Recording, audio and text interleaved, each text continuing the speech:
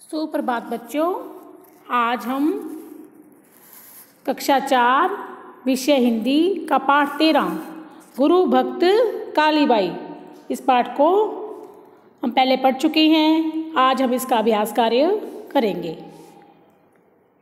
तो अभ्यास कार्य में सबसे पहले है शब्दार्थ। तो आइए देखते हैं। पहला है सरकारी। क्या है? सरकारी। सरकारी क्या होता है? राजकीय। हमारे स्कूल के ऊपर भी लिखा होता है ना, राजकीय उच्च प्राथमिक। तो हमारा स्कूल क्या है? सरकारी। तो सरकारी, राजकीय। संरक्षक। संरक्षक देख रेख करने वाला। संरक्षक क्या होता है? देख रेख करने वाला। बाला लड़की या फिर बालिका। उम्र आयु। अत्याचार ज्यादती। अत्याचार ज्यादती, जबरदस्ती यानी। संकेत इशारा। संकेत इशारा। निर्मम। निर्मम क्या होता है? निर्दय या फिर क्रूर। निर्दयी या फिर क्रूर, उसे कहते हैं निर्मम। अब आगे है ढोल। ढोल क्या होता है? नगाड़े। ढोल नगाड़े। मातमी स्वर। मातमी स्वर शोक या दुख भरी आवाज। मातमी स्वर यानी मातम मनाना है ना, शोक प्रकट करना। तो शोक या दुख भरी आवाज को कहती है मातमी स्वर। असमय। असमय समय से पहले। आगे शब्द हैं उच्चारण के लिए, इनको आपको मेरे पीछे भी बोलना है और अपनी किताब से स्वयं भी पढ़ना है। दक्षिणी। दक्षिणी।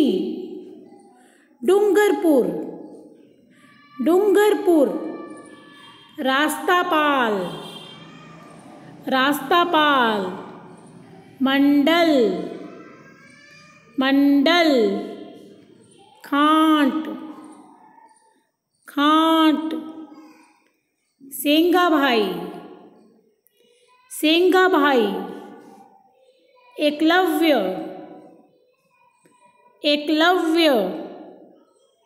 षड्यंत्र। षड्यंत्र। न्यायाधीश। न्यायाधीश।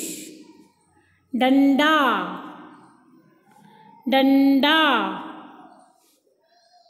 हंसिया। हंसिया। भौहें। भौहें। आगे है सोचिए और बताएं। यहाँ प्रश्न दिए गए हैं, उनके उत्तर बताने हैं। आदिवासियों का गढ़ किसे कहा गया है? किसे कहा गया है? दक्षिणी राजस्थान को। किसे कहा गया है? दक्षिणी राजस्थान को। दक्षिणी राजस्थान को आदिवासियों का गढ़ कहा गया है। दूसरा प्रश्न है सेंगा भाई बालकों को क्या सुनाते थे? क्या सुनाते थे? सेंगा भाई बालकों को अंग्रेजों के अत्याचार और सामंतों के शोषण की कहानियाँ सुनाते थे। दोबारा देखो, सेंगा भाई बालकों को अंग्रेजों के अत्याचार और सामंतों के शोषण की कहानियाँ सुनाते थे। प्रजामंडल की बैठक में कौन कौन उपस्थित थे? प्रजामंडल की बैठक में सभी सदस्यों के साथ, यानी कि प्रजामंडल के जो सदस्य थे वो तो थे ही थे, उसके अलावा नाना भाई खांट और सेंगा भाई रोत ये भी उपस्थित थे। ये भी प्रजामंडल के सदस्य थे ना। प्रजामंडल की बैठक में सभी सदस्यों के साथ नाना भाई खांट और सेंगा भाई रोत भी उपस्थित थे। आगे है, आगे इसके सही उत्तर का क्रमाक्षर कोष्टक में लिखें। तो यहाँ पे आपको प्रश्न दिया है, उसके 4 ऑप्शन दिए हैं, तो उनमें से जो आएगा वो आपको इस कोष्टक में लिखना है। तो पहला है अंग्रेजों के अत्याचार की कहानियों को ध्यान से सुना जाता था। कौन सुनता था अंग्रेजों के अत्याचार की कहानियों को ध्यान से? कालीबाई द्वारा। कालीबाई सुनती थी ना, तो क्या आ जाएगा इसमें? सै। अगला है सेंगा भाई को ट्रक से बांधकर घसीटते देखा तो काली बाई ने क्या किया? क्या किया था उसने?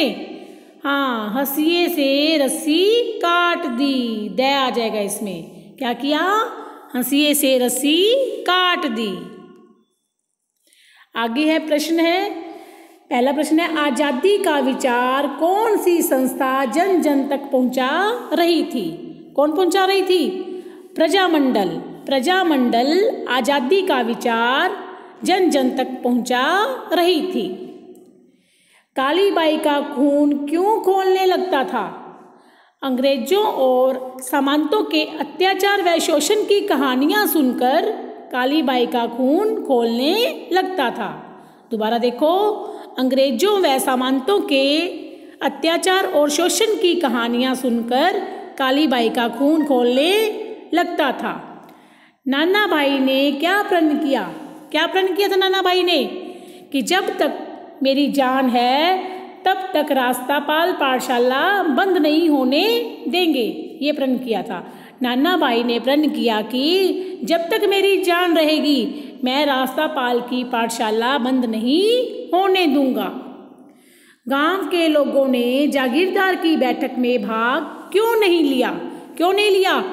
क्योंकि नाना भाई ने घर घर जाकर लोगों को जमींदार की बैठक में भाग नहीं लेने के लिए समझाया था। क्या समझाया था? कि आप जमींदार की बैठक में भाग न लें। तो नाना भाई ने घर घर जाकर लोगों को समझाया था, इसीलिए गांव के लोगों ने जागीरदार की बैठक में भाग नहीं लिया। खेत से आते समय काली बाई ने क्या देखा? काली बाई ने खेत से आते समय देखा कि सिपाही सेंगा भाई को ट्रक से बांधकर घसीट रहे हैं। क्या देखा? काली बाई ने देखा कि सिपाही सेंगा भाई को ट्रक से बांधकर घसीट रहे हैं। काली बाई ने जब रस्सी काट दी तो सिपाहियों ने क्या किया? क्या किया था? इसका उत्तर है, काली बाई ने जब रस्सी काट दी तो सिपाहियों ने काली बाई को गोलियों से भून दिया। दोबारा देखो, काली बाई ने जब रस्सी काट दी तो सिपाहियों ने काली बाई को गोलियों से भून दिया। रास्तापाल में हजारों भील एकत्र क्यों हो गए? क्यों हो गए थे? भील बाला के मारे जाने से मारू ढोल का मातमी स्वर सुनकर रास्तापाल में हजारों भील इकट्ठे हो गए। दोबारा देखो, भील बाला के मारे जाने से, भील बालिका कौन थी? भील बालिका काली बाई। हाँ, काली बाई के मारे जाने पर मारू ढोल का मातमी स्वर सुनकर रास्तापाल में हजारों भील एकत्र हो गए। अगला प्रश्न है, नाना भाई के हथियारे क्यों भाग गए? क्यों भाग गए? भीलों की जमा भीड़ से विकट स्थिति को देखकर नाना भाई के हथियारे भाग गए। क्यों भाग गए थे? क्योंकि वहाँ पे बहुत सारे भील इकट्ठे हो गए थे, है ना, और विकट स्थिति पैदा हो गई थी कि अब उन्हें लगने लगा था कि अब हम यहाँ पर नहीं बचेंगे, इसीलिए वो भाग गए। आगे है भाषा की बात। तो भाषा की बात में सबसे पहले है, न्याय में अधीश जोड़कर न्यायाधीश बना है। न्याय में अधीश जोड़ने पर न्यायाधीश बनता है। आप भी नीचे लिखे शब्दों में अधीश शब्द जोड़कर न्याय शब्द बनाएं। जैसे यहाँ पे बेटा इन्होंने न्याय प्लस अधीश, इसका अ और इसका अ, ये दोनों मिलके क्या बन गए? आ। तो आपने भी ऐसे ही करना है, जिला प्लस अधीश लिख के ना, जिला प्लस अधीश ऐसे, और फिर क्या बन जाएगा? जिलाधीश। ये हट जाएगा, ये अ जो है वो हट जाएगा। ऐसे ही मठ प्लस अधीश मठाधीश, अ हट जाएगा और ठ के आ की मात्रा लग जाएगी। द्वारिका प्लस अधीश, तो उसमें भी अ हट जाएगा बाद में, द्वारिकाधीश। गण प्लस अधीश, अण के आ की मात्रा लग जाएगी और धीश लिख देंगे और अ बीच वाला जो है वो हट जाएगा, गणाधीश। क्या बन जाएगा? गणाधीश। दोबारा देखो, जिला प्लस अधीश जिलाधीश, मठ प्लस अधीश मठाधीश, द्वारिका प्लस अधीश द्वारिकाधीश, गण प्लस अधीश गणाधीश। तो इस प्रकार से ये सारे शब्द जो हैं वो बन जाएंगे। अब नीचे है, नीचे दिए गए शब्दों के अंतिम वर्ण क्या है? अन। ये देखो सभी में अंतिम वर्ण क्या लगा हुआ है? अन, है ना। तो अन के स्थान पर क जोड़कर पुनः शब्द लिखें। अब न को हटाना है, उसकी जगह पर क्या लिखना है? क। तो देखो संरक्षण का क्या बन गया? संरक्षक। ऐसे ही निरीक्षण निरीक्षक, पोषण पोषक, शिक्षण शिक्षक। अण की जगह क लगाकर दोबारा शब्द लिखने हैं। अब आगे है, अंग्रेजों के अत्याचार की कहानियां सुनकर काली बाई का खून खौलने लगा। इस वाक्य में लाल रंग में छपा हुआ एक मुहावरा है, खून खौलने लगा। तो ये एक मुहावरा है, इसका अर्थ है क्रोध आने लगा, यानी बहुत अधिक गुस्सा आने लगा। आप भी पाठ में से कुछ मुहावरे जो हैं वो छांट कर लिखिए। तो कौन कौन से आए थे आप स्वयं देखना। इसमें जैसे आग बबूला होना, है ना, भाग खड़े होना, खून खोलना, नमक मिर्च लगा कर कहना, तो ये सारे मुहावरे हैं, इनको आपको लिखना है। नमक मिर्च लगा कर कहना, किसी भी बात को बढ़ा चढ़ा कर कहना। आग बबूला होना, बहुत अधिक गुस्सा आना। टूट पड़ना, झपटना। भाग खड़े होना, भाग जाना। और खून खोलना, गुस्सा आना। तो ऐसे ही और भी मुहावरे हैं, आप उनको अपनी किताब से लिखेंगे। पाठ में गुरु भक्त तथा परम भक्त शब्द आए हैं, है ना। तो ये गुरु में भक्त जोड़ने पर और परम में भक्त जोड़ने पर बने हैं। आप भी भक्त जोड़कर ऐसे ही नए शब्द बनाइए। तो जैसे राम भक्त, है ना, देशभक्त, स्वामी भक्त, अंधभक्त, तो ऐसे ही शब्द आप लोगों को स्वयं भी बनाने हैं और आप ये भी लिख सकते हैं। कौन कौन से? राम भक्त, देशभक्त, स्वामी भक्त, अंधभक्त। अब अगला प्रश्न है, नीचे दिए उदाहरण के अनुसार क्रिया के रूप बदलकर वाक्य लिखो।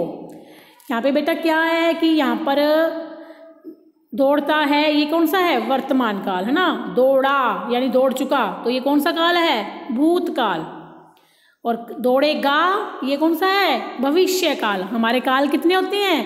तीन काल हैं, वर्तमान काल, भूतकाल और भविष्य काल। जो अब चल रहा है, जो काम अब हो रहा है, वो कौन सा काल आएगा? वर्तमान काल। और जो काम हो चुका उसके लिए भूतकाल, और जो काम आगे आने वाले समय में होगा उसके लिए भविष्य काल। तो आपको इन क्रियाओं को तीनों कालों में लिखना है। जैसे दौड़ना से मोहन दौड़ता है, रोशन दौड़ा, करीम दौड़ेगा। लिखना से ऐसे ही बनाओ, मैं लिखता हूँ, तुमने लिखा, वह लिखेगा। कैसे बनाओगे? मैं लिखता हूँ, तुमने लिखा, वह लिखेगा। आगे ऐसे हो रहे हैं, खाना का कैसे बनाओगे? मैंने खाया, मैं खाता हूँ, उसने खाया, वह खाएगा। पीना से राम पानी पीता है, सीता ने पानी पिया, मोहन पानी पिएगा। खेलना से मैं खेलता हूँ, क्या है? मैं खेलता हूँ। सोहन खेला और मोहन खेलेगा। अब हंसना से मीना हंसती है ना, मीना हंसती है। और राधा हंसी, है ना, और सुनीता हंसेगी। आप कोई भी नाम जोड़कर इसको बना सकते हैं।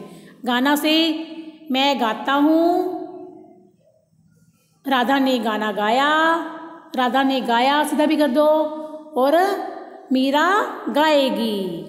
तो इस प्रकार से आपको ये तीनों कालों में लिखना है। तो ये आपका पाठ का अभ्यास कार्य पूरा हुआ। उम्मीद आपको समझ में आया होगा। धन्यवाद।